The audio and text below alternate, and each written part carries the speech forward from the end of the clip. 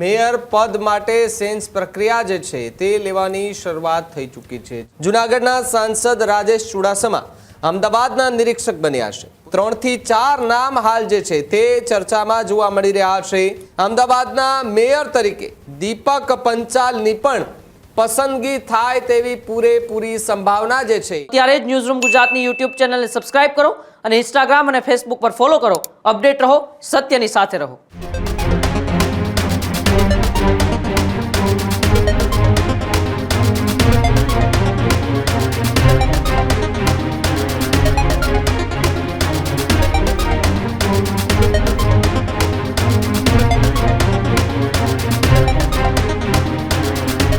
અમદાવાદમાં પણ મેયર પદ માટે સેન્સ પ્રક્રિયા જે છે તે લેવાની શરૂઆત થઈ ચૂકી છે। જી હા, મેયર પદ માટેની સેન્સ પ્રક્રિયા જે છે તે લેવાની શરૂઆત થઈ ચૂકી છે। મેયર સહિત 5 પદાધિકારીઓની નિયુક્તિ જે છે તે આજથી થશે। આથી મેયર માટે સેન્સ પ્રક્રિયાની શરૂઆત। જૂનાગઢના સાંસદ રાજેશ ચુડાસમા અમદાવાદના નિરીક્ષક બન્યા છે। પૂર્વ સાંસદ ગીતાબેન રાઠવા પણ અમદાવાદના નિરીક્ષક તરીકે જોવા મળ્યા।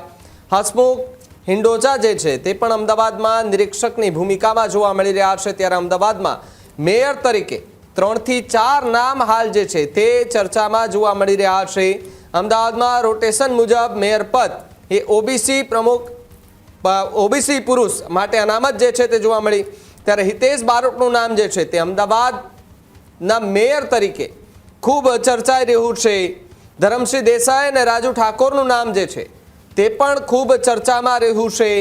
અમદાવાદના મેયર તરીકે દીપક પંચાલની પણ પસંદગી થાય તેવી પૂરેપૂરી સંભાવના જે છે તે જોવા મળી રહી છે। એટલે કે મેં તમને જે સંભવિત નામો કહ્યા છે એ નામો સંભવિત જોવા મળી રહ્યા છે। એમાંથી કયા એવા ચહેરાને હોદ્દો આપવામાં આવે છે, એટલે કે સ્ટેન્ડિંગ કમિટીના ચેરમેનને હોદ્દો હોય, ડેપ્યુટી મેયરનો હોદ્દો હોય કે પછી મેયર પદનો એ હોદ્દો હોય, કોને મળે છે। મેં અલગ અલગ આપણે નામો પણ કહ્યા છે, જેમાં રોટેશન મુજબ એ મેયર પદ માટે ઓબીસી પુરુષ માટે અનામત, જેમાં હિતેશ બારોટનું નામ જે છે તે સૌથી આગળ જે છે તે આ રેસમાં જોવા મળી રહ્યું છે। ત્યારબાદ ધરમસિંહ દેસાઈ અને રાજુ ઠાકોરનું નામ જે છે તે પણ ચર્ચામાં છે। અને એક એવું નામ કે જેઓ પણ અત્યારે ચર્ચામાં છે જેમનું નામ દીપક પંચાલ છે।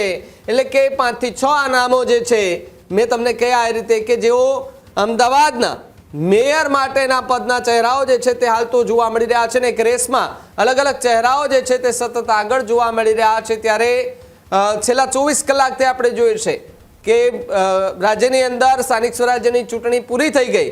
એ પૂરી થયા બાદ પરિણામો પણ આવ્યા અને પરિણામો બાદ હવે ભારતીય જનતા પાર્ટી જે છે તે 3 દિવસ સુધી આ સેન્સ પ્રક્રિયા ચલાવશે, જેમાં મેયર, ડેપ્યુટી મેયર અને સ્ટેન્ડિંગ કમિટીના ચેરમેન પદે કોને બેસાડવા, એટલે કે એના માટેની સેન્સ પ્રક્રિયા જે છે તે હાથ ધરી દીધી છે। કાર્યકર્તાઓ સાથે સીધી જ બેઠકો જે છે તે થતી જોવા મળી રહી છે। મિટિંગો જે છે તે વધતી જોવા મળી રહી છે। એટલે કે ફરી એકવાર મેયર પદ માટે ઘમાસાણ જે છે તે જોવા મળી રહ્યું છે।